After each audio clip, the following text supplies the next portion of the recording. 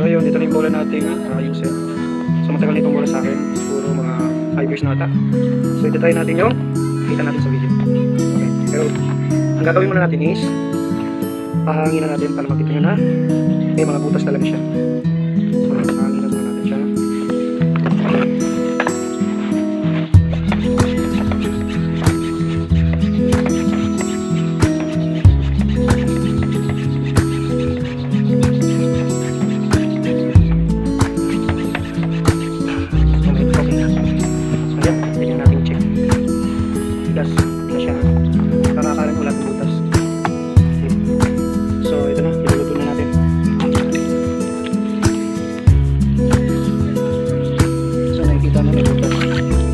Marami siyang butas.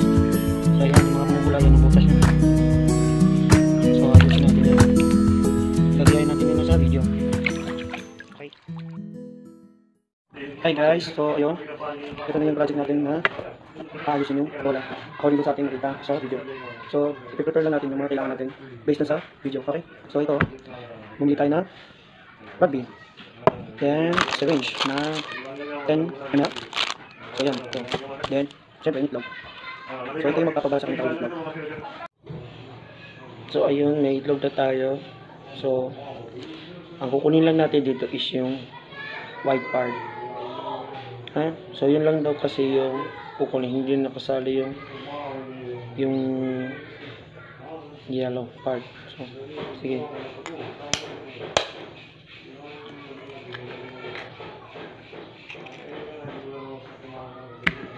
So, ayun. Check natin, ha. So, ayun, ha. Okay.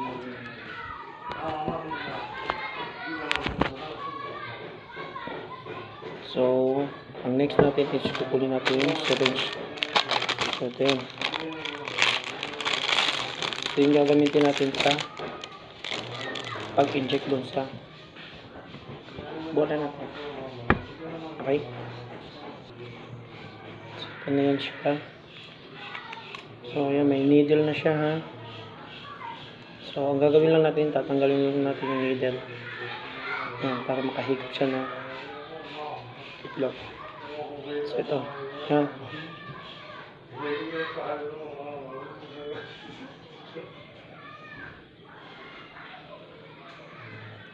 So yun. Then ibalik lang natin yung needle niya. Tsaka natin siya inject sa ating bola. So, ganito lang yun, eh.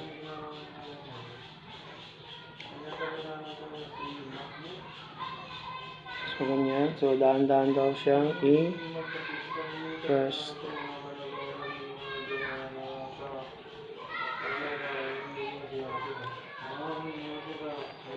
Ayun. So, yun na. So, aalugin lang natin.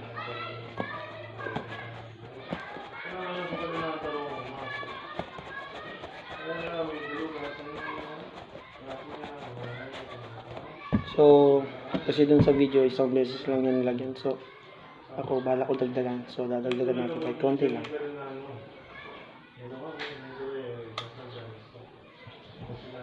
So, yun. Konti lang naman. Then, inject ulit natin. Dito i-inject, ha, dito.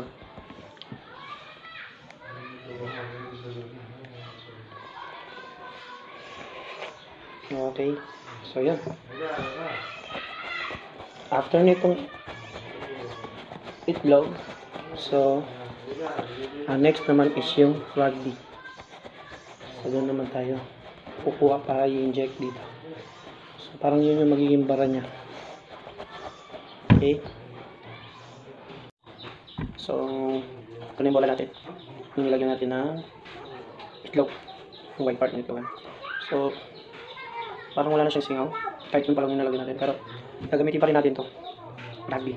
Para 100% na mababara yung mga butas niya. So, yun. Let's go. So, gagamitin pa rin natin yung syringe natin. So, ganun lang din. Tatanggalin lang natin yung needle niya. Then, sasalpak lang natin. So, dahan-dahan lang.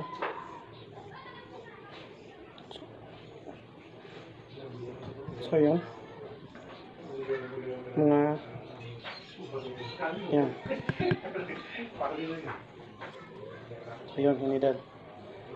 So, kailangan na natin trapuan kasi baka magkalat yung tagdi sa may needle. So, yun, rugby. Tapan na natin.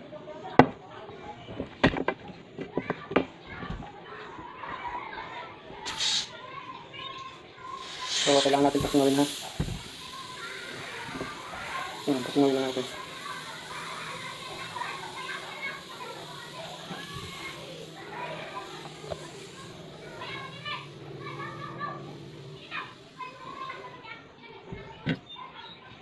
So, yun na. I-inject lang natin. Ito.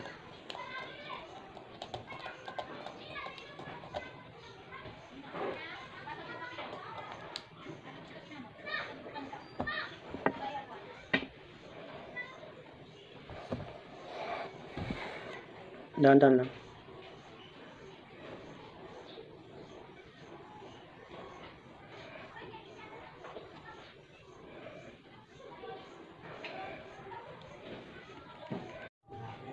So, ayun. Nalagyan na natin siya. So, hindi lang naubos. So, aalog-alogin lang natin. Para kumalat lang yung rugby sa loob. So, sana legit yung nakita natin. So, ayun. So, next is bobombahan na natin ulit siya. Lalagyan ng hangin. Then, ilulublog na natin sa water ulit. So, siguro mga 20 minutes. Ano lang natin yung rugby na masure na magtigas sa loob. Okay? So, ayun guys, hello. So, after natin nalagyan ng mga white parts of egg,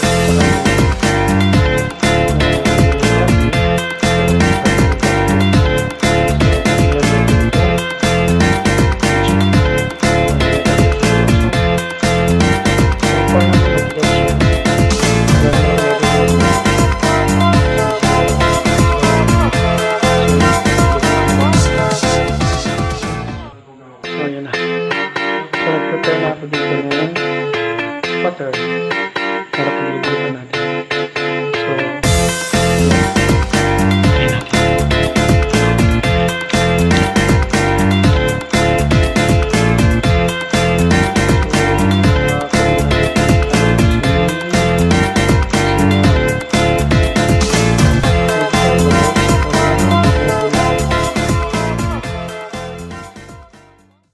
So, ayun. So, natapos na natin yung lahat ng mga process na nakita natin doon sa video. So, yun. Gumana nga siya. Hindi na siya sumisingaw. So, wala na talaga siyang leakage. Kumbaga yung daluyan ng hangin para siya ay mawala ng hangin. So, thank you pala doon sa video na ating napanood. So, yung matagal na bola natin na hindi nagagamit is magagamit na natin sa paglalaro. So, ayun. Thank you. So, legit 100% po.